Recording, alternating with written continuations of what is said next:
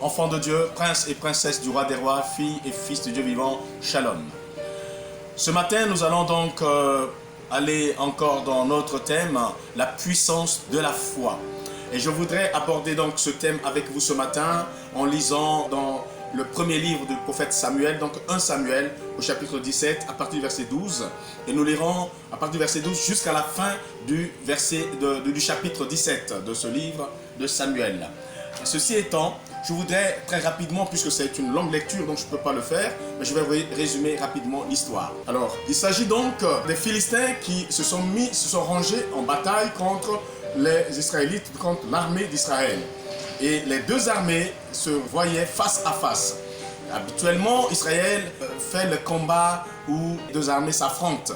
Mais là, cette fois-ci, l'ennemi avait changé de stratégie. Donc, les Philistins ont demandé que Goliath les représente et que Goliath, qui était un géant impressionnant, n'est-ce pas, à 3 mètres de hauteur, n'est-ce pas. Alors donc, il a dit que Israël puisse choisir un homme qui puisse venir se battre contre lui. Et si celui qui venait au nom d'Israël parvenait à le vaincre, alors toute l'armée des Philistins devait être assujettie à Israël. Et si ce n'était pas le cas, et que c'était le contraire, et que c'était lui, Goliath, qui parvenait à battre celui qui venait au nom d'Israël, alors toute l'armée d'Israël devait être assujettie, n'est-ce pas, aux Philistins. Alors, donc, cela a duré pendant 40 jours et 40 nuits. Et personne parmi les enfants d'Israël n'osait affronter Goliath. Vu sa taille, il était impressionnant. Hein. Et donc, les gens avaient peur de l'affronter. Et cela a duré pendant 40 jours. Il sortait le matin, il les insultait, il les traitait d'esclaves de Saül, hein, il insultait l'Éternel, leur Dieu, et disait qu'ils étaient incapables de venir se battre contre lui. Hein, qu'ils choisissent un homme, cela était devenu vraiment terrorisant pour eux. C'était de la frayeur, c'était de l'angoisse pour les enfants d'Israël pendant 40 jours. Et un jour donc, le père de David envoie David, qui est berger de la famille, qui est resté auprès de son papa, mais qui est resté paître le troupeau de la famille, pour aller rendre visite à ses frères sur le champ de bataille en leur apportant des vivres. David arrive sur le champ de bataille, et pendant que David arriva sur le champ de bataille, et il a donné, n'est-ce pas, les vivres à ses frères, il demandait de leurs nouvelles. Pendant qu'il demanda de leurs nouvelles, Goliath est sorti des rangs des Philistins. Et il a commencé à lancer encore des injures et des malédictions contre Israël en disant « Choisissez parmi vous un homme qui vienne se battre contre moi. » Il a commencé à dire les mêmes choses et David constate que dans le camp des Israélites, il y avait de la terreur. Il y avait eu un grand silence. Tout le monde s'est replié. Les gens commençaient à trembler, n'est-ce pas? Et personne n'osa lever un petit doigt comme ça pour ne serait-ce que chasser même une mouche qui pouvait se poser sur ses paupières, de peur que Goliath puisse dire que celui qui lève le doigt se propose ou bien s'engage à venir se battre contre lui. Et donc, il y avait la peur partout. Et David, un homme de foi, va dire, mais quel est ce incirconcis qui insulte le peuple de Dieu, qui insulte l'armée de l'Éternel? Que fera-t-on à celui qui pourra battre cet incirconcis? Et donc ainsi, pendant que David cherchait à comprendre, son grand frère l'a traité d'orgueilleux. Souvent, ceux qui ont peur d'affronter des situations traitent les courageux d'orgueilleux. Il ne faut pas confondre le courage et l'orgueil. Le courage est différent de l'orgueil. Alors, mais son grand frère l'a traité d'orgueilleux. Et donc David a laissé son grand frère de côté, il a commencé à continuer donc à se renseigner. Et donc pendant qu'il se renseignait, il y a quelqu'un qui a couru informer le roi pour dire, mais il y a un jeune qui est venu dans le camp, sur le champ de bataille, mais il est courageux, il dit qu'il peut affronter Goliath. Ainsi, le roi a dit de le faire venir. On l'a présenté devant le roi. Le roi a vu David, c'était un beau garçon, il était beau de figure, et le roi lui a dit, mais tu ne peux pas, mon garçon. Et il va vanter les qualités de Goliath, donc de son ennemi. Il va dire, cet homme est un homme de guerre depuis son enfance. Donc toi, David, tu ne peux pas. C'est là où David va parler de l'expérience de sa foi. David va rendre témoin de ce qu'il a vécu avec Dieu étant derrière les troupeaux. David va dire, mais non, ton serviteur ira se battre contre cet incirconcis. Parce que quand j'étais derrière le troupeau de mon père, quand un lion est venu pour arracher une de mes brebis, je lui ai couru derrière, je l'ai frappé avec mon bâton de berger, je lui ai arraché la brebis de sa gueule. Et quand l'ours est venu attraper une de mes brebis, j'ai couru derrière l'ours, je l'ai frappé avec mon bâton, j'ai affronté l'ours et je lui ai arraché donc la brebis de ses pattes. Donc le Dieu qui m'a délivré de la gueule du lion et de la patte de l'ours me délivrera de la main de ceux incirconcis. Alors Saül était agréablement surpris d'entendre un jeune homme parler de cette manière. Il était étonnamment étonné, si je peux me le dire, je peux me permettre cette expression. Il était vraiment surpris de la détermination et de la foi de ce jeune homme. Alors il a voulu qu'on puisse le revêtir de ses armures. Et quand David a essayé, il a trouvé que non, c'était trop lourd pour lui.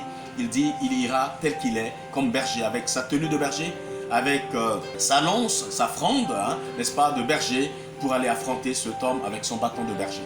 Ainsi, David est allé sur le champ de bataille. Son grand frère le traitait d'un fou, parce que la foi est une folie. La vraie foi en Dieu est comme une folie, parce que ça te pousse à affronter des situations que tout le monde recule devant. Alors lorsque toi tu viens avec ta foi pour l'affronter, les gens vont te traiter d'un fou, d'un malade mental. Alors donc David arrive sur le champ de bataille, et quand Goliath l'a vu, Goliath s'est moqué de lui, Goliath l'a méprisé. Il a dit, suis-je un chien pour que tu viennes contre moi avec le bâton? Mais viens, je vais te couper la tête et je donnerai ta chair aux oiseaux du ciel. David a dit, tu marches contre moi avec l'épée, la lance et le javelot, mais moi j'irai contre toi au nom de l'Éternel des armées que tu as insulté. Je t'abattrai, je te couperai la tête et je donnerai ta chair aux oiseaux du ciel, et toute la terre saura que Israël a un Dieu. Toute la terre saura que Israël a un Dieu. Voilà une déclaration de foi. Et David va prendre quoi comme arme? Il n'a pas pris une lance-roquette, il n'a pas pris un Kalachnikov, il n'a pas pris un obus, il n'a pas pris une bombe, il n'a pas pris une grenade. David a ramassé 5 pierres. La foi est une force de perception, c'est-à-dire la force de ce que tu vois. La manière dont tu perçois quelque chose va déterminer ta foi. Les autres voyaient en Goliath un géant qu'ils ne pouvaient pas affronter, mais David voyait en Goliath comme un petit oiseau. Parce que sa foi élevait son Dieu au-dessus de Goliath. Et parce qu'il avait une foi extraordinaire en Dieu, il voyait Goliath comme un petit oiseau. Il va ramasser 5 pierres pour affronter un homme qui avait un bouclier, qui avait des armes de guerre, qui étaient, je dirais, armées jusqu'aux dents, comme on le dit aujourd'hui. Et David va l'affronter avec 5 pierres. Et quand David se présente sur le champ de bataille, tout le monde criait « Attention David !»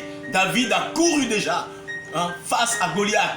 Il a mis sa pierre sur sa lance et paf, il a lancé, et il a lâché sa pierre. La pierre, par la puissance de la foi, par la puissance de Dieu, va juste frapper Goliath sur le front. Goliath est tombé. Quand la pierre a atteint Goliath sur son front, le grand Goliath est tombé. Son porteur d'armes a pris fuite. David va courir vers lui. David va prendre son épée et va lui couper la tête. Il y a eu des bandades dans le camp des Philistins. Et alors, il y avait des cris de joie dans le camp des Israélites. Voilà comment le jeune David a battu le grand géant Goliath. J'ai donné les noms à ces 5 pierres. Nous pouvons appeler la première pierre la foi. La seconde pierre, l'audace. La troisième pierre, la fermeté. La quatrième pierre, le courage. La cinquième pierre, la détermination. Je le répète pour vous, la foi, l'audace, la fermeté, le courage et la détermination. Si tu as la foi doit être accompagnée de l'audace. Il faut être audacieux. Il faut être ferme dans sa foi. La foi est une ferme assurance. Il faut être ferme dans sa foi. Il faut être courageux et il faut être déterminé. Un homme, une femme qui a une foi, qui est audacieux, qui est ferme dans sa foi, qui est courageux et déterminé, atteindra toujours ses objectifs. Il remportera toujours des victoires. Avec une seule pierre, c'est-à-dire la foi, David a réussi à battre Goliath. Quel est le Goliath de ta vie? Quel est le géant de ta vie? Ton géant peut être la maladie, Ton géant peut être un problème financier. Ton géant peut être un problème social, un problème professionnel, un problème familial. Je le sais.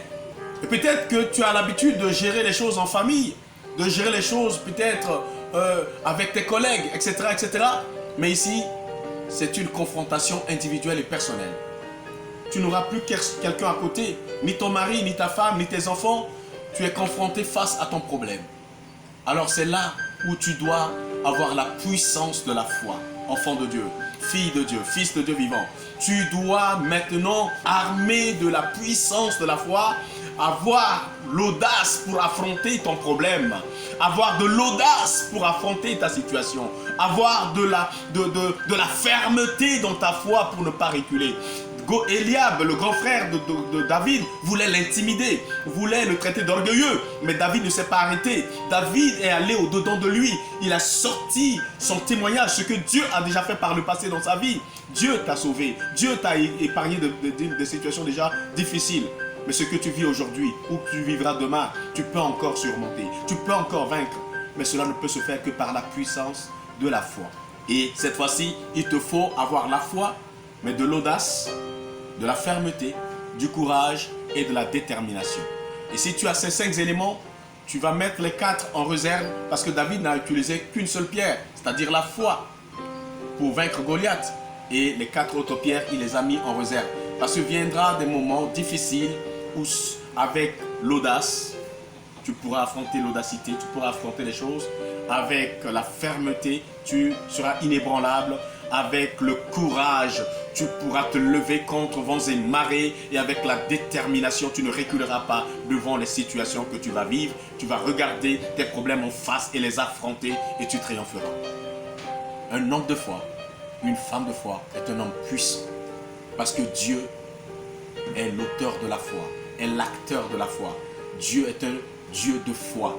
Il parle, il croit, il ordonne et la chose vient à l'existence. Si tu as la foi en Dieu, tu verras la gloire et la puissance de Dieu, cher enfant de Dieu. Voilà le message du jour, la puissance de la foi, en comportant des éléments suivants: l'audace, la fermeté, le courage et la détermination. Sois fort et sois forte, tu vaincras. Quels que soient les problèmes que tu vas rencontrer, quel que soit le Goliath de ta vie, tu l'abattras, tu lui couperas la tête au nom de l'Éternel des armées, au nom puissant de Jésus-Christ. Dis avec moi, Amen, Amen, Amen. Prions le Seigneur. Père, je te prie pour ton fils, je te prie pour ta fille. Je prie pour ton serviteur, je prie pour tes enfants qui reçoivent ce message maintenant, qui écoutent cette parole, Seigneur, et qui ont des géants dans leur vie, peut-être géants de problèmes dans le domaine de la santé. Ils ont, comme nous avons aujourd'hui, le coronavirus qui est un géant, qui terrorise le monde, qui détruit le monde, qui tue, Seigneur, chaque jour, par dizaines, par milliers, Seigneur. C'est un géant, mais par la puissance de la foi, dans le nom de Jésus, nous pouvons l'abattre. Nous pouvons, Seigneur, détruire ce virus. Nous pouvons détruire cette maladie, ce fléau, Seigneur, parmi ton peuple. Nous pouvons affronter les problèmes de notre vie, les problèmes familiaux, les problèmes professionnels, les problèmes économiques, tous les problèmes que nous rencontrons aujourd'hui, qui se posent à nous comme un géant. Par le nom de Jésus, nous les affronterons.